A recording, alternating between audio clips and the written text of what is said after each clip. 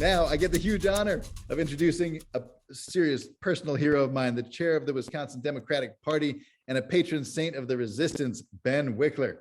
Ben, welcome. It is a gigantic honor to have you here. Thank you so much, Jason. Thanks everyone involved in Field Team 6 and everyone who's on here.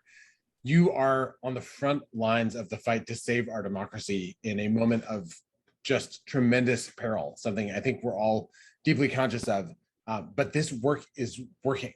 So I want to tell a little story that I don't think I've told before about the last election, and then look forward to what is coming up and what everyone's contributions tonight are going to help to ensure the disasters that we're going to help avert. Let's go back to 2020. Let's go back to the period starting in late August when polls started suggesting that Wisconsin was in the bag. The national conversation started shifting from will Trump win or will Biden win to saying, will Trump lose so catastrophically that it's clear within a few brief minutes that Biden is the next president? Will Florida turn blue? Will Texas turn blue? State after state. And the spotlight started to shift off of Wisconsin.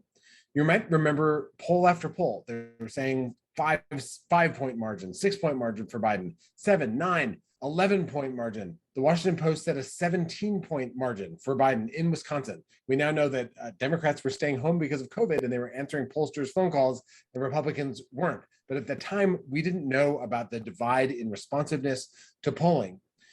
So people thought Wisconsin was in the bag, but there was one light that was blinking red. Now, Wisconsin has a voter registration system where you don't register which party you're going to be a supporter of. You don't register as a Democrat or a Republican or an independent. You just register to vote. But if you are a political professional and someone who, let's say, had a database of whether people are likely to be Democrats or likely to be Republicans, and you were matching that against the list of people who were registering, you could see the signal that I was seeing, and a relatively small number of people were seeing, that said Republicans were registering voters at an outrageous clip. Trump voters were coming out of the woodwork.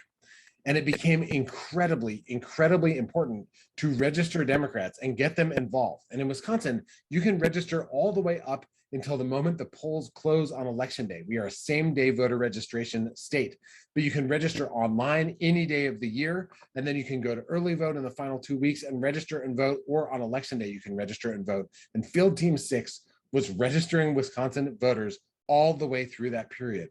There was a phase where it felt like Republicans had the edge on this one critical indicator. And it was so discordant with the polls that a lot of people were tuning it out, but Field Team 6 never let up its focus on registering Democrats to save the world. So we're getting closer and closer to election day, and we are having droves of people are voting by mail. People are voting absentee, then they're voting early. Democrats have this huge advantage, but election day comes and Republicans swarm to the polls. Trump voters came out in record numbers. Trump got more votes than any Republican ever has for any office in the history of the state of Wisconsin in 2020. The same-day registration on election day was overwhelmingly tilted towards Republicans, and Trump shot up his turnout by 15% relative to 2016 when he won. Going from winning to having 15% more voters meant that Trump blew through what they call in politics your win number. One reason why Trump keeps proclaiming that he won the election is that he blasted way past the number that he had been assured that he needed to hit to win. He got even more votes than that. You would think Wisconsin was in the bag for Trump. And you might remember on election night, there was a period where Trump was way ahead in the vote tally. But then they started to open those votes cast by mail, the votes cast by people who registered to vote online, requested an absentee ballot, and then sent in their absentee ballot through the mail or dropped it into a drop box after Trump deliberately sabotaged the US Postal Service, which we might remember, not something people talk about very often, to stop mail from arriving in time. And as those ballots got opened, it became clear that the combined forces of everyone on this Zoom who sent a postcard, who made a phone call, who sent a text message, who, when it was safe, knocked on a door. All of the people here and the 30,000 other volunteers that I know of who volunteered in a way connected through the party, and even more than that, who did it through independent grassroots groups, all those tens of thousands of people had done it. We had not a 15% jump like Trump, We had an 18% jump in Democratic votes from 2016 to 2020, a massive, massive increase that in the end just overtopped Trump's number. You know, in 2016, we lost by 22,748 votes. And then Trump's votes shot up by 204,000. But our votes shot up even more by 247,000, and we won by 20,621. It was 0.6 percentage point victory in an election where, again, the Washington Post poll said we were going to win by 17 points. The average poll said we were going to win by 6.2 points. It was this close.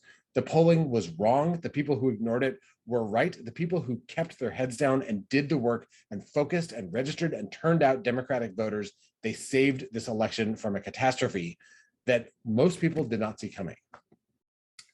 We won. And then collectively, all of us, our movement went on to win both races in Georgia, and we have this trifecta, and we have this moment now. Now think about where we are at this moment.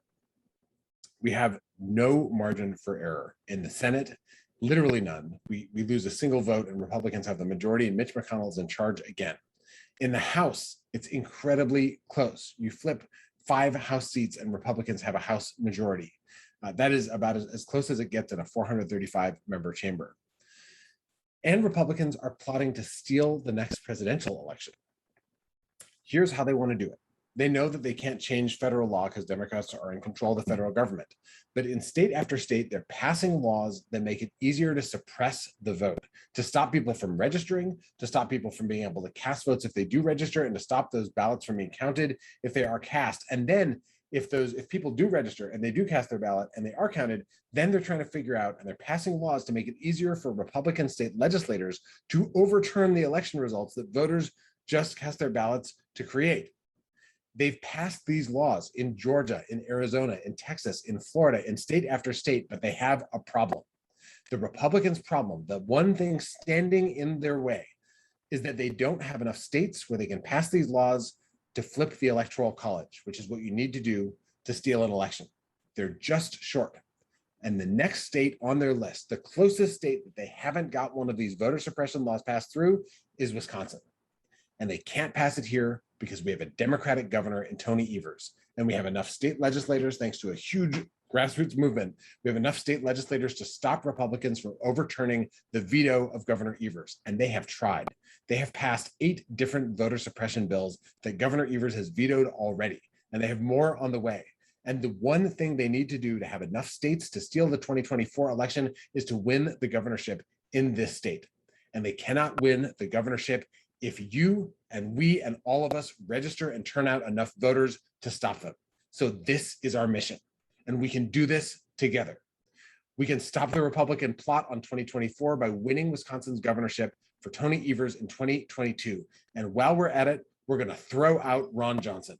He is the worst senator in the United States Senate, and I know that that is saying a lot in a chamber that has Ted Cruz and Mitch McConnell, but he is the worst. He is astonishingly bad, and he is so unpopular. If there was an election right now, according to the latest polls, and say what you will about polls, he would lose by 7 percentage points. But 23% of Wisconsinites don't have an opinion of Ron Johnson. So our job is to get out there and make sure people do know, and make sure that people who know how bad he is are registered and actually cast their ballots. And that is where all of the work that everyone on this call and everyone that we're going to be able to reach because of your generosity in supporting this effort, all of us have to do this work of making sure that everyone who knows how terrible Ron Johnson is actually votes. And if we do that, we can expand the Democratic Senate majority so that we can pass the Build Back Better agenda and make the changes that this country so urgently needs.